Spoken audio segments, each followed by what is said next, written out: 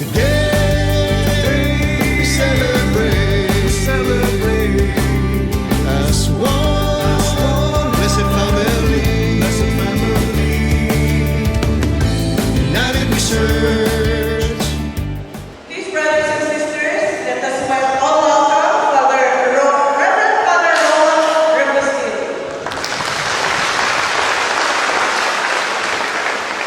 evening po sa inyo lahat.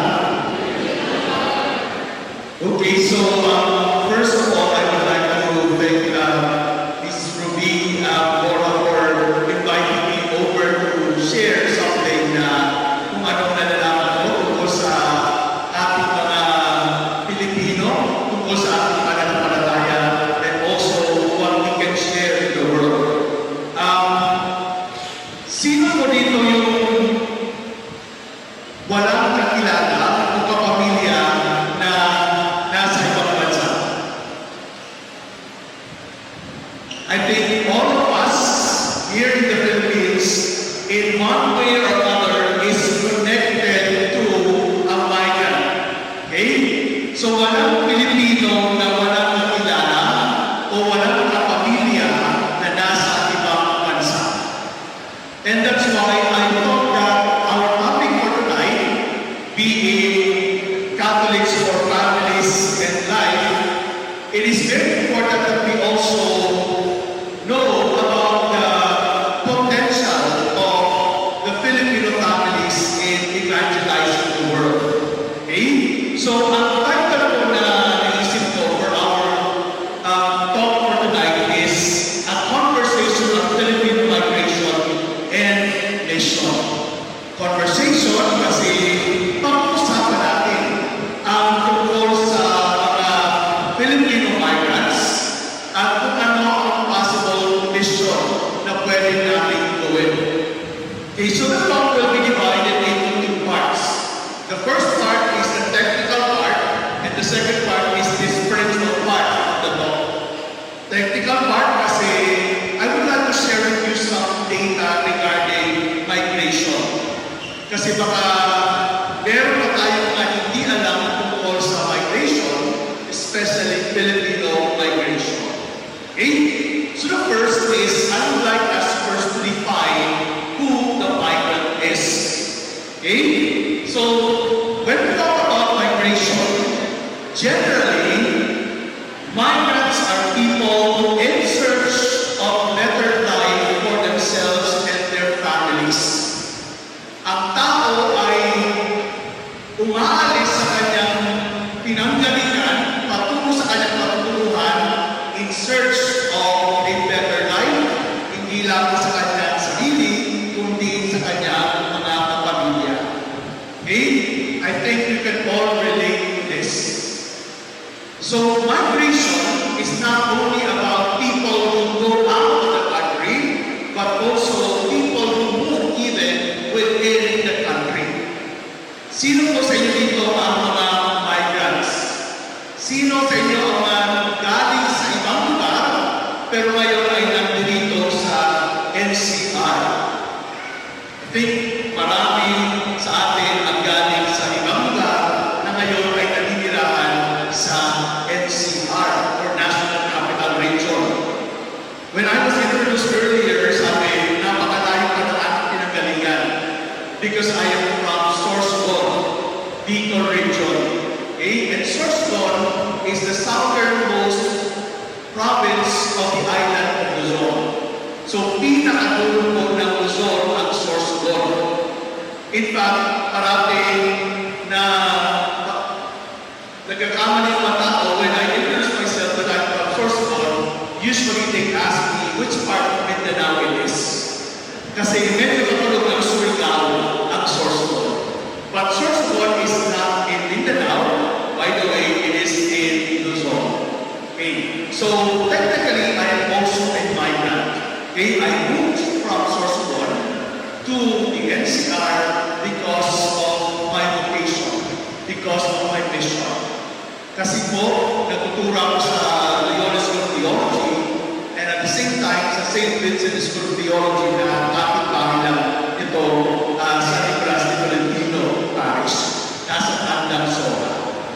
Okay. So generally, yun po ang ibig sabihin ng migration.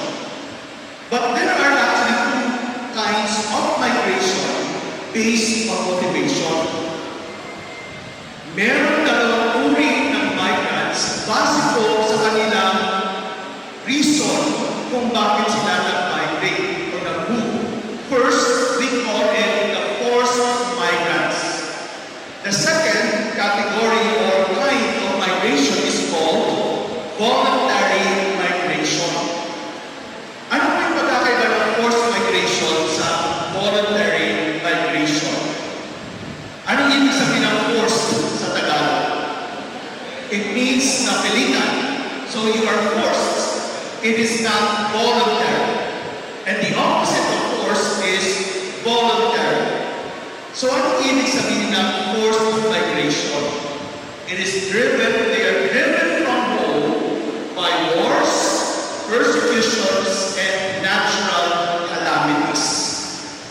So right now, there is this conflict, okay, armed conflict happening in the Holy Land, in Gaza. And there are people who are displaced because of the conflict in Gaza. So they are part now of what we call forced migrants. They don't want to move out of Gaza, but because of the situation, they are forced to move out of Gaza. See, katulad din ng mga kapatid natin who were displaced because of the conflict in Marawi before. They were forced to move out of Marawi because of the armed conflict. Also, sometimes you're forced to migrate because you're persecuted. Okay? If somebody or if the government is persecuting you, then you're forced to move out of your country and try to find an asylum elsewhere. Okay? At meron po tayo mga tinatawag na political refugees, asylum seekers. Okay? And then also because of natural calamities. Nung nagkaroon ng bagyo, for example, in Ombok before, if you recall the typhoon Haiyan or Yolanda, many people died there, and many people also were forced to move out of their natural habitat and move to another place because of natural calamities. So these people are categorized as part of what we call forced migrants. However, majority or the main bulk of migrants are part of what we call the voluntary migrants. Marami kayong mga kaibigan, marami kayong kilala, marami kayong mga kapamilya who move out of the Philippines in search of a better life for themselves and their families, but they are not forced kasi gusto nilang umalis. Okay? So, however, I just would like to take note of this, that forced and voluntary distinction based on motivation is not so clear-cut. Especially here in the Philippines. Although they moved out of the Philippines voluntarily, kasi gusto nilang mapabuti ang kanilang buhay, but because of the poverty that they experience in the country, they're also forced to move out of the country. At marami kayong nakilala ng gano'n, na binenta ang lupa, binenta ang kalabaw, binenta lahat, kaya sinanlaan lahat, kasi gusto magkaroon ng mas magandang buhay sa ibang bansa. People move out of the Philippines to search for a better life.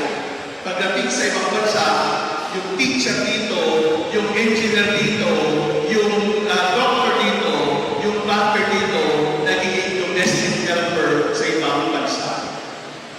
But they opted to become domestic helpers kasi mas malaki ang kita sa ibang bansa kaysa sa ating bansa.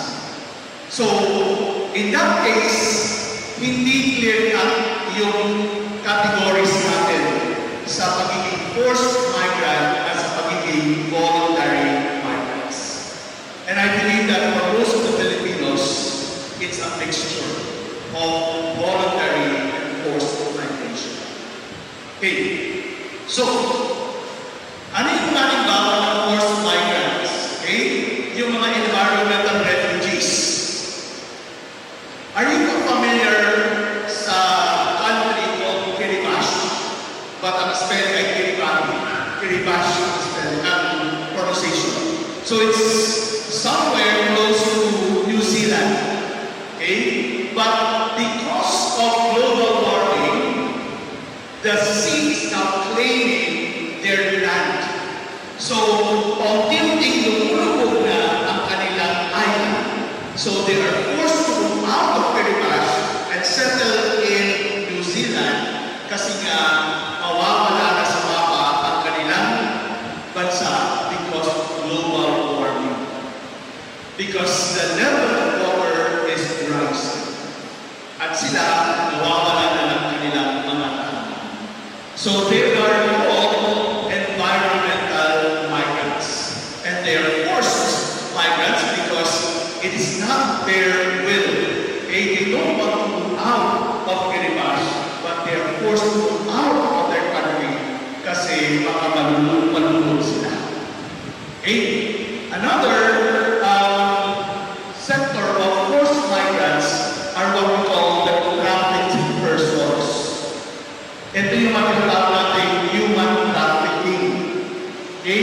They are forced to be moved from one place to another because merong website na may mga elemento masasama na talagang in-order sila to move from one place to another. Okay? Recently, I think you heard about the new policy for traveling. Na parang ang dami-dating mga bagong requirements. You have to bring your birth certificate, na NCO na galing sa PSA, at saka kung ano pa, para makaalis ka sa bansa sa Pilipinas to travel outside. And thank God, hindi na ulo. Kasi it is not just impossible for Filipinos to travel, it is also very much anti-poor. Kasi they will require you to present a proof of solvency, ibig sabihin na ayaw mo mag-travel sa ibang bansa. So kung ikaw is sponsored ng kaibigan mo o ng mga kamag-anak mo, wala kang karapatang lumayo sa ibang bansa kasi wala kang pera ang kaya ng gustusan ang iyong mag-travel. Okay? So, sabi nila, the reason why they wanted to require more documents or papers from Filipino travelers para maiwasan ang trafficking. Kasi nga, maraming mga fake documents na nakatravel ng mga Filipino at pagdating sa ibang bansa, they are treated as slaves. So to prevent that from happening, yun ang kanilang naisip na gawin. But hindi siya natuloy kasi obviously it is anti-poor. Kung hindi mo kaya mag-travel, wala ka karapatan mag-travel. So ibig sabihin ang mayayaman lang ang pwede mag-travel. And it is unfair because it is an inherent right of a person by virtue of you being a person to move out of your place when you want to move out of your place. So nobody should be forced to stay kung ayaw niya to stay. And it is an inherent right. Okay? So, ano naman yung mga voluntary migrants? Cultural migrants, like mga estudyante na nag-aaral sa ibang bansa, family reunification migrants, marami sa Pilipino ang ganyan. Unang nagtrabaho ang tatay o nanay sa ibang bansa, and later on, nung naging permanent resident sa bansa, ang magulang, they also petition their families. Ang tawag ko dyan ay family reunification because you are reunified kasi nga kailangan ng pamilya hindi nagkakawatak-watak, hindi dapat nagsasama ang mga pamilya. Okay? Also, there are what we call the economic migrants. Ito yung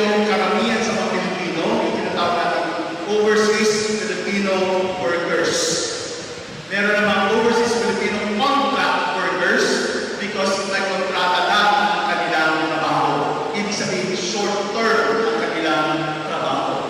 So they're called the guest workers because they are under temporary permit to work outside. Okay? Meron din mga skilled workers or what we call the step-out migrants.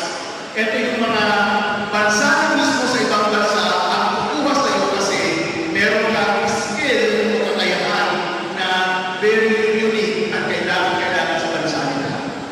And if you have that, they will prepare everything para sa iyo.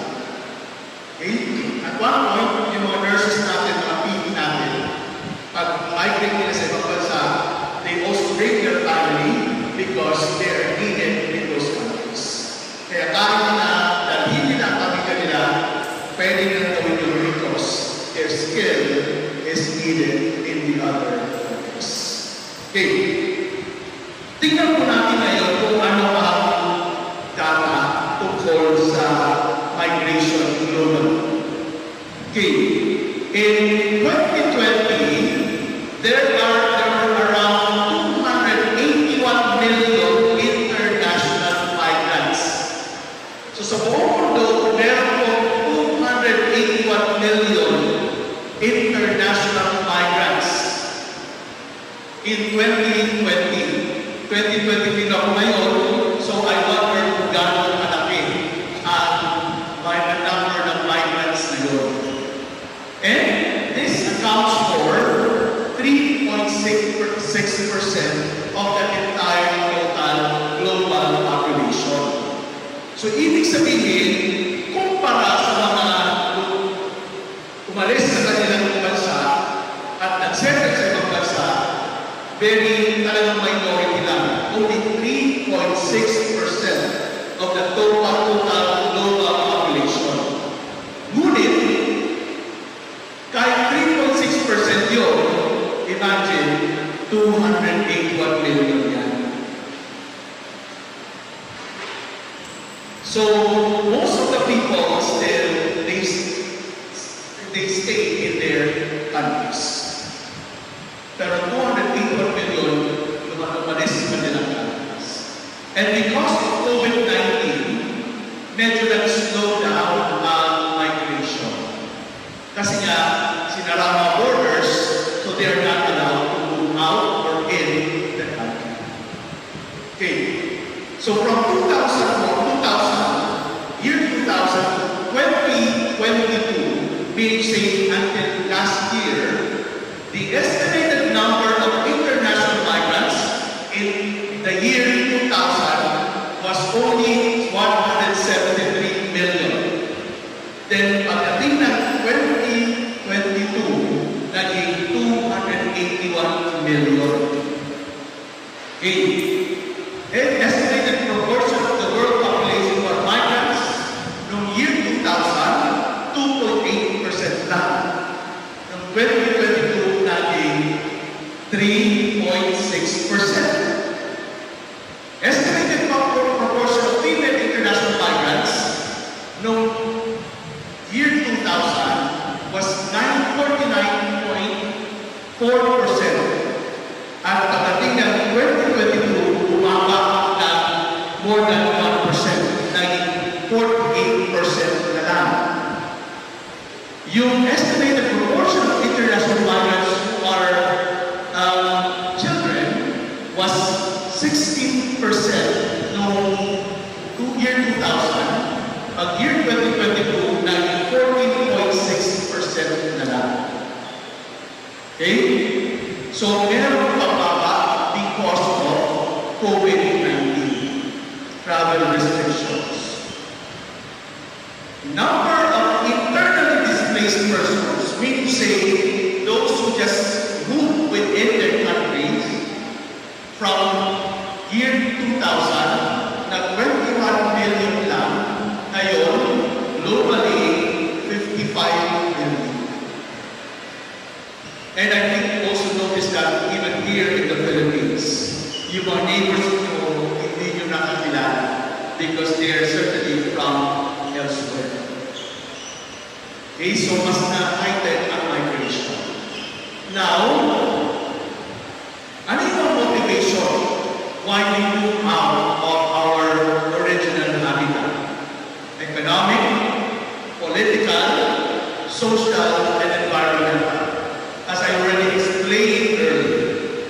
Now, the choice of destination is influenced by historical migration patterns, family connections, and migration networks. Ibig sabihin, kung saan ka pupunta, nakabase yun sa kung ano ba ang mga pinagdaanan ng mga kilala mo. So if you know, for example, somebody who's working in Israel, you will move to Israel because merong sinabi sa'yo na maganda tungkol sa Israel. Kung bakit gusto mo pumunta sa United States, because of the history between the United States and the Philippines. Okay? And also your family connections. Because you will, of course, want to migrate to a country kung saan meron kang kilala, meron kang kapamilya. And ultimately, migrants end up as economic migrants no matter what the initial motives were. Ibig sabihin, kahit ikaw ay political migrant, kahit ikaw forced migrant, kahit ikaw ay environmental migrant, pagdating mo sa country na yun, o sa lugar na yun, you will participate in the economic life of that society. Ibig sabihin, bibili ka ng mga pagkain, bibili ka ng mga gamit, at ikaw din ay gagawa ng paraan upang maghanap buhay. So, eventually, all migrants end up being part of what we call economic migration. Now, this is interesting. Yung leading migrant settling countries, ito po yung mga countries na nagpapadala sa ibang bansa. Number 1 is India. Number 2 is Mexico. Number 3 is China. It is understandable because ang population nila ay napakalaki. Okay? Number 4 is Russia. Then Syrian Arab Republic, Bangladesh, Pakistan, Ukraine, and I think number 7, 1, 2, 3, 4, 5, 6, 7, 8, 9. Number 9 ang Philippines. Compared to other countries, mas maliit ang population ng Pilipinas, pero one of the countries who export human resource in other countries. Kaya nga, ang bawat isa sa atin, meron kang kilala, meron kang kaibigan, meron kang pamilya na nasa ibang bansa. And I think nobody in the Philippines na mahanap natin na walang kilala, walang kapamilya, walang kaibigan na nasa ibang bansa. Because we are one of the major exporting countries as far as human resource is concerned. Now, kung yun ang exporting trend, tingnan naman natin yung remittance trend. Okay?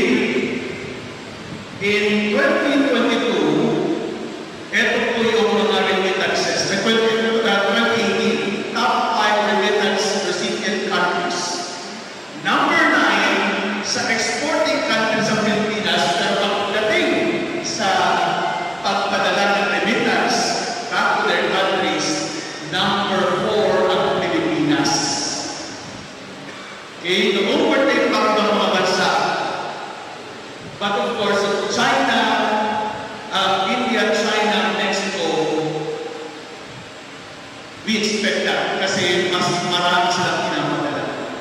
But the Filipinos, when they move out of the country, they do not just earn a living for themselves there, but they earn a living so that they can support their families back in the Philippines.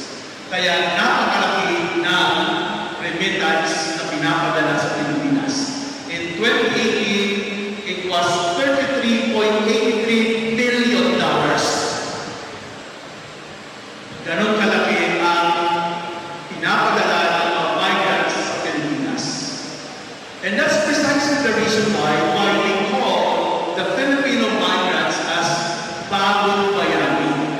Kasi kung hindi sa kanila, bagsak ang ekonomiya ng Pilipinas. Imagine that is $33.83 billion. So, yung nakakaroon, they were forced to move out of the Philippines because of the poverty that they experienced in the Philippines, but they are also the ones saving the country from poverty. So, napakagandang pakinggan, you are the bagong bayan, the new heroes. But bago kayo naging hero, hindi kayo binigyan ng pagkakataon sa Pilipinas na mabuhay ng pagmamahal. Okay? So, yung term na bagong bayani ay abuse na sa gamit natin. That we just sacrifice them. But do we really care about them? Bagong bayani, pero kung titignan nyo kung ano yung buhay nila sa ibang bansa, pero tayo dito sa Pilipinas, hindi tayo nanghingi. At pag hindi na pagbigyan, galit pa tayo sa kanila para sila may utang sa atin. Sila ba talaga ay bagong bayani? Or they're just our milking cows? Okay? So number 4, ang Philippines top remittance recipient countries.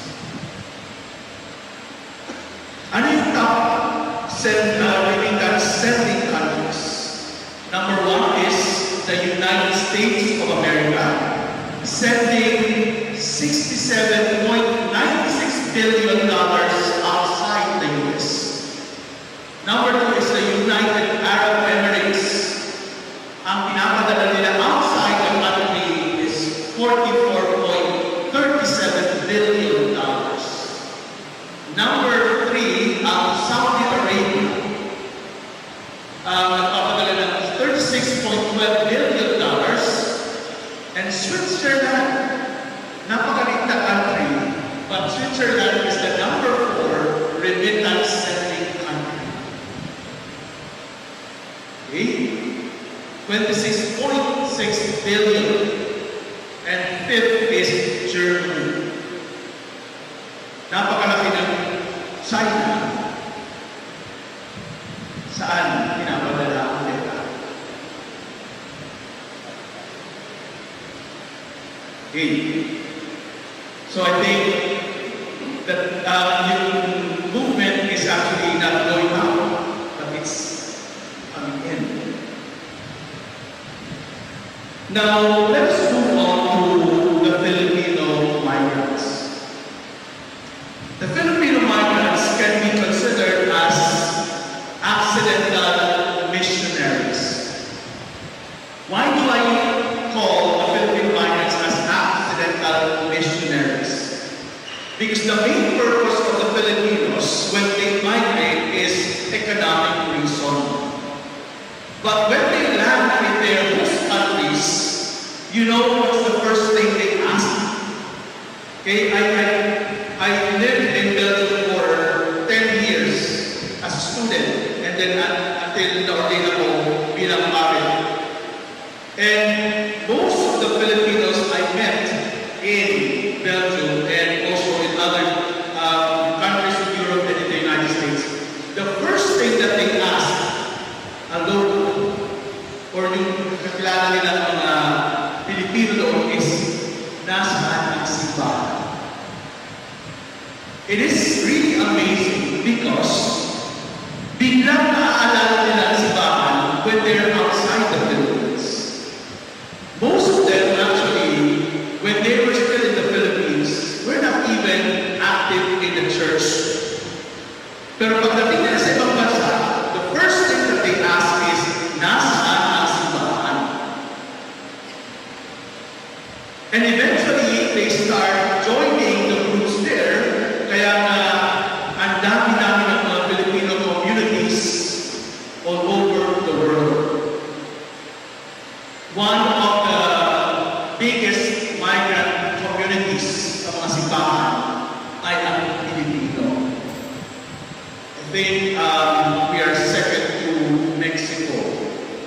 the Latinos.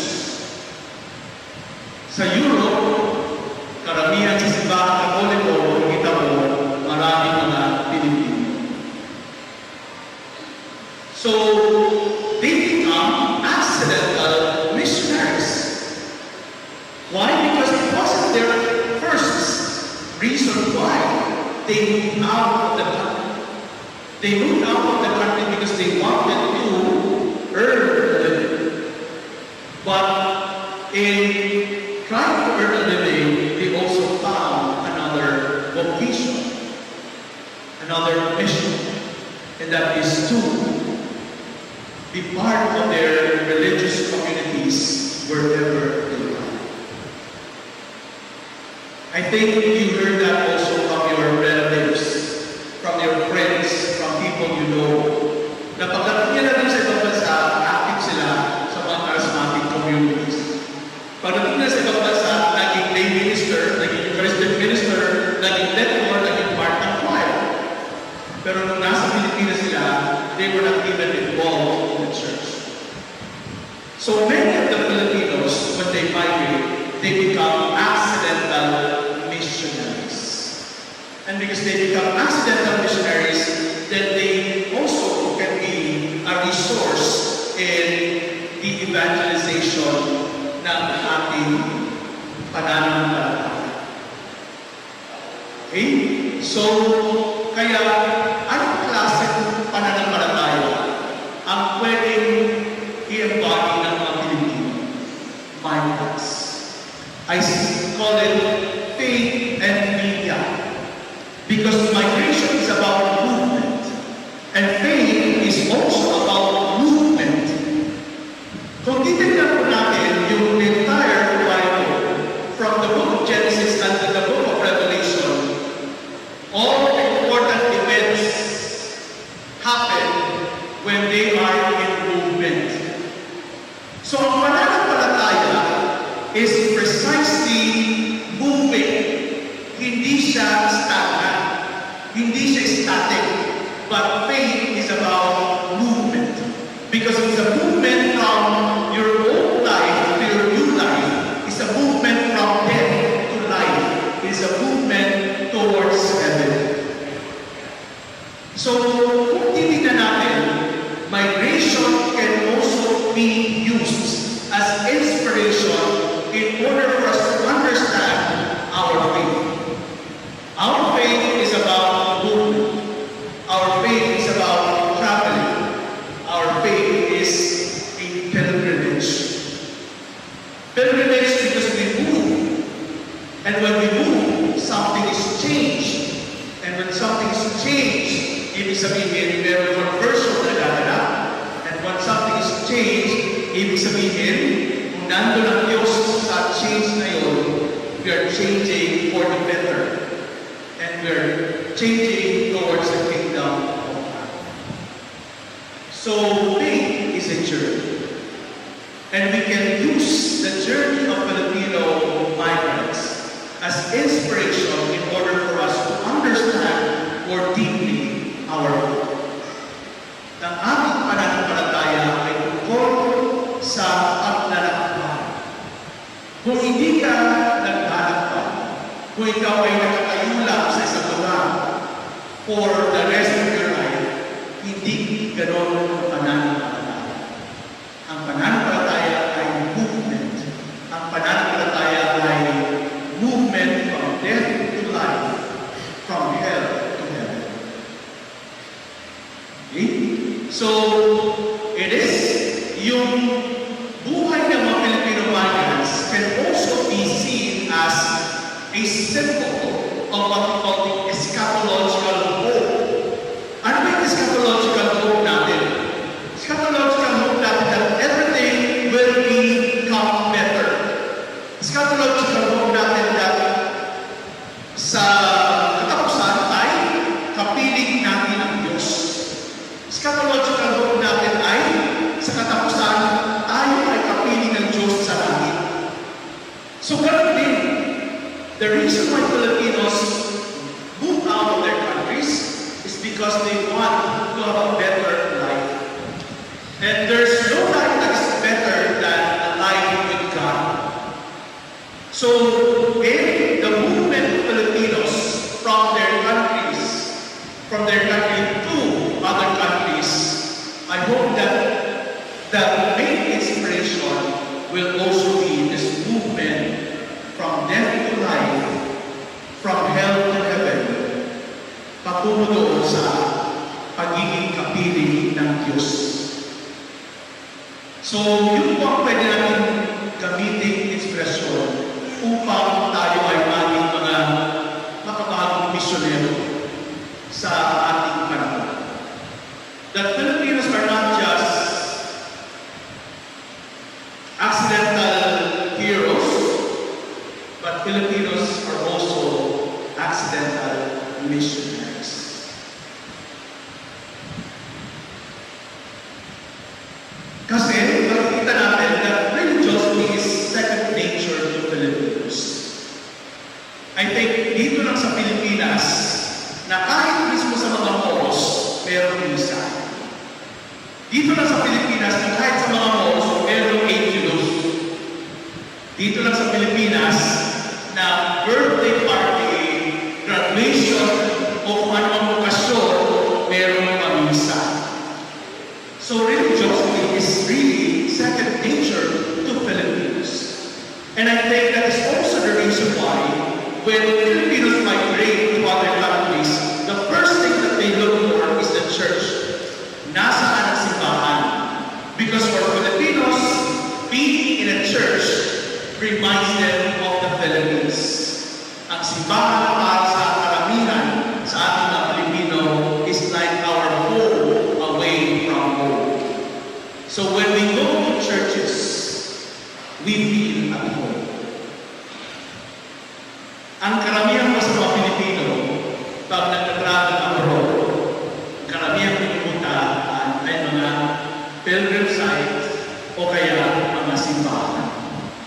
Pero ang ibang mga lahi, when they go to a country, the church is the last place that they will visit. Kung wala na alam siguro pwede bisitahin, hindi sila bibisita ng simbahan.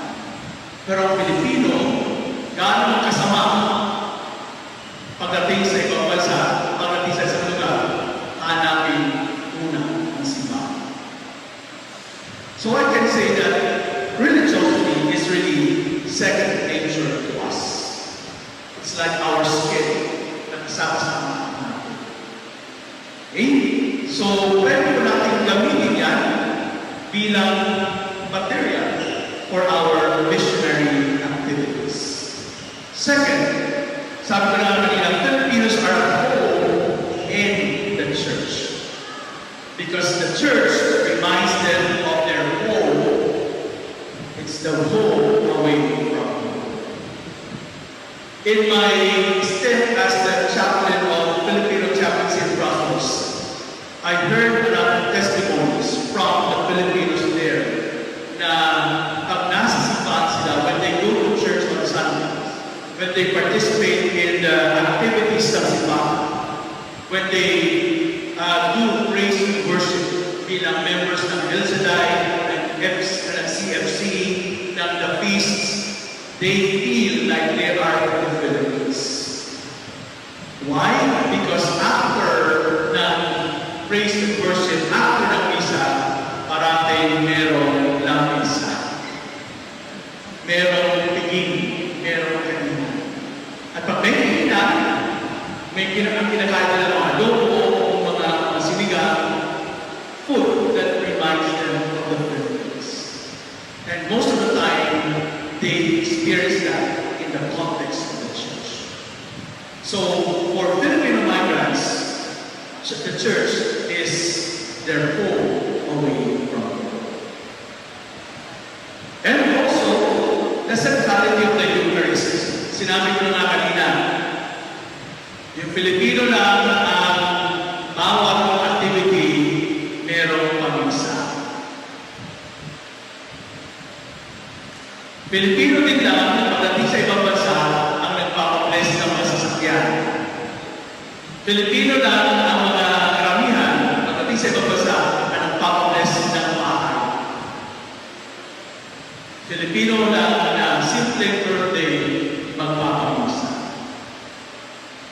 So, it shows that kahit hindi tayo active dito sa Pilipinas, kung nasa Pilipinas pa, na-central pa rin talaga ang celebration of the Eucharist sa mga Pilipino.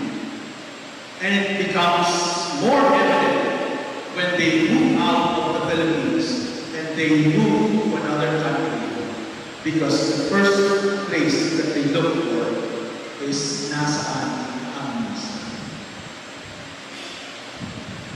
A lot of friendships, a lot of networks are actually done sa mga celebrations. In fact, yung mga Filipino chaplains abroad, they also double as recruitment agencies. Yung mga gustong turuan ng mga katulong sa bahay, they actually come to Mass. Yung mga Belgians, yung mga ibang lahi, they come to Mass because they look for Filipinos to work for them. So parang naging, agency ang mga chaplaincies in the Philippines. And yung agency na yun, yung pangyayari na naganap sa loob ng banal na misa. So everything happens, everything revolves around the celebration of Mass. Filipino faith is called pananampalataya. Okay? That's the Tagalog term for faith. Ano po sa Bisaya ang faith? Sa Bicol, pagtubot. Anong sa Bisaya, ano yung faith?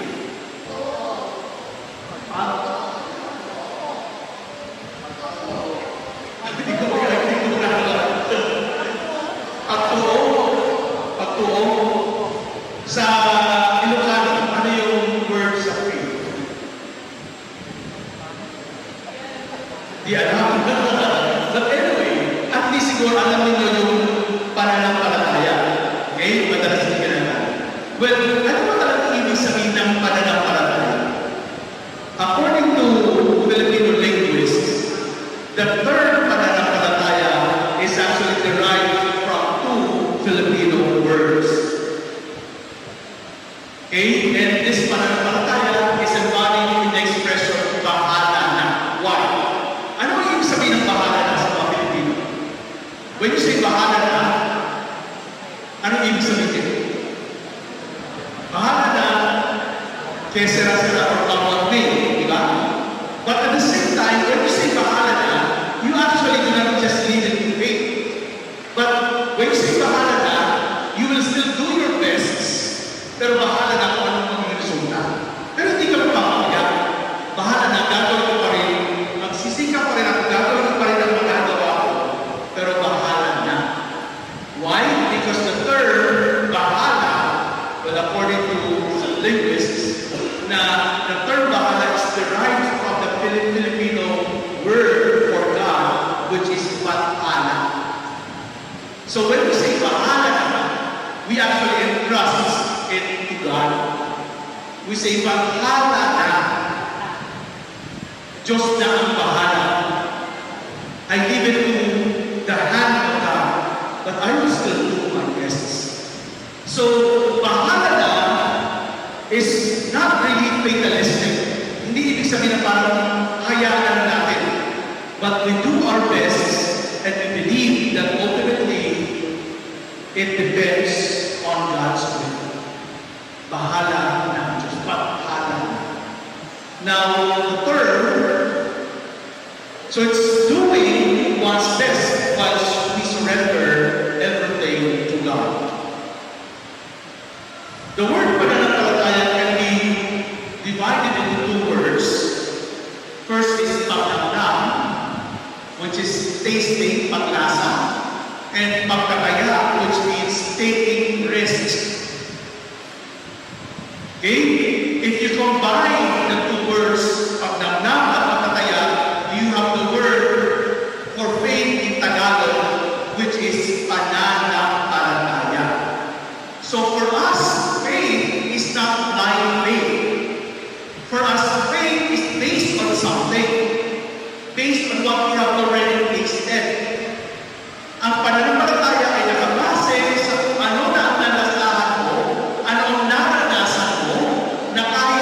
napakaliit lang na karanasan na yun, kahit napakaliit lang ng butil ng natikman mo, pero because of that butil na natikman mo, ninanong na mo ito, and you're ready to take the risk, magtataya ka dahil sa initial taste that you have experienced. So this is really beautiful. Something that you do not find in the English word faith. Na ang pananampalataya, ang faith para sa mga Pilipino, ay hindi siya blind faith, but rather based on something that we have already experienced. So if you translate that to our spirituality as Filipinos, ibig sabihin, we have already tasted heaven, or we napakalit pa lang na pagtikim sa langit. And because of that initial taste of heaven, we are ready to take the risk kasi alam natin mas mararanasan natin sa huli ang talagang fullness of heaven. So yun po ang pananampalataya para sa mga Pilipino. Nagsisikap tayo, nagtataya tayo, hindi dahil sa tayo wala, kundi dapat pa na natin ang Panginoon. And we want the fullness of that heaven na makuha natin, makain. And we can actually liken it to the reception of the Holy Communion. Magtatanong, I think madalas nagtatanong na tao, bakit yung communion, bakit napakaliit ng host na binibigay sa atin? Di ba bigay? Di ba it's a party? Di ba it's a celebration, it's a feast? So dapat marami tayong kakainin. But I think one of the reasons why we are only given a small portion of the host is because para we crave for more. We keep on coming back to the celebration because ito, gusto nating matikman, gusto nating makain, ay kaunti-unti lang binibigay sa atin at pinapatakam tayo so that we will work hard for it para sikapin natin na pagdating ng bukas ay talagang kasama tayo sa pagiging ng aming Panginoon.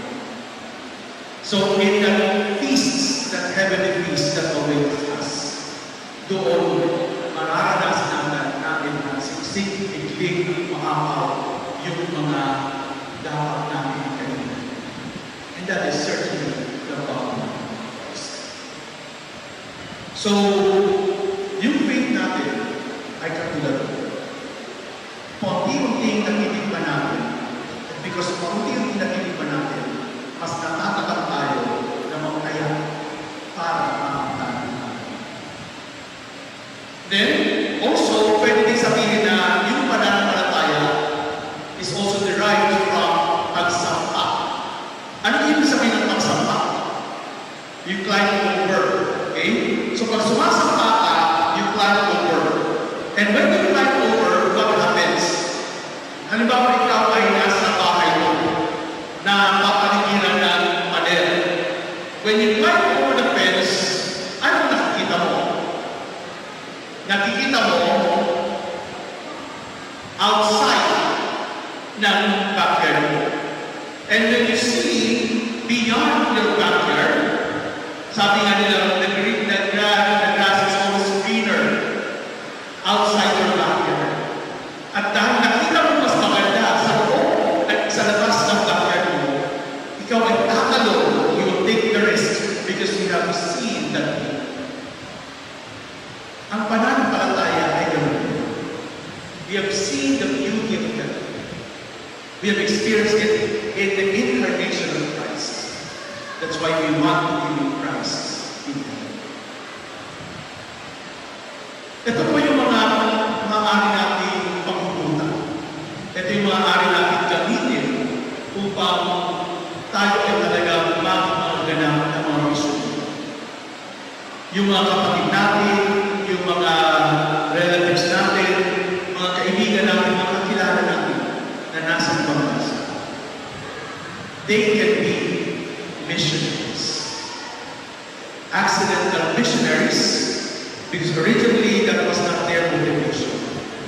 But because they are already in the they can maximize their potential to become missionaries wherever they are. Sabi ni Eliazar Fernandez, isang Protestant theologian, the Filipino communities abroad can be seen as burning centers of faith with porous borders. Anong ibig sabihin niya? Na ang kanilang mga communities ay talagang naglalagap-lap, okay, ng mga sentro ng pananampalataya. Pero hindi lang naglalagap-lap ng sentro ng pananampalataya, but because of their hospitality, because of their generosity, they have porous borders. Kasi pwede pumasok ang ibang mga lahi at pwede rin tayo mag-reach out sa ibang lahi. And by doing so, we can become true evangelizers. We can become true missionaries in our contemporary world. So that is how we set Ablaze the world. By capitalizing on what we already have. And what we have is our faith. What we have is our pananampalataya. What we have is our closeness with God. What we have is this attitude of risk-taking. And we take the risk, not because we're stupid, but because it is based on a profound experience of love, of God's presence. So I hope that you, members of the Catholics for Families in Life, that you also reach out to your migrant families. And by reaching out to your migrant families, saan ay isingin nyo sa kanila ang kanilang totoong potential, na they're not just building house. Hindi lang sila mga economic migrants, but they can be forced to be regular when it comes to evangelization.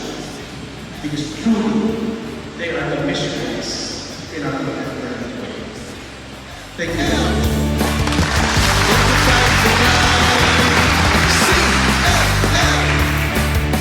Catholics for family and life we are. Catholics for family and life we are. Catholics for family and life.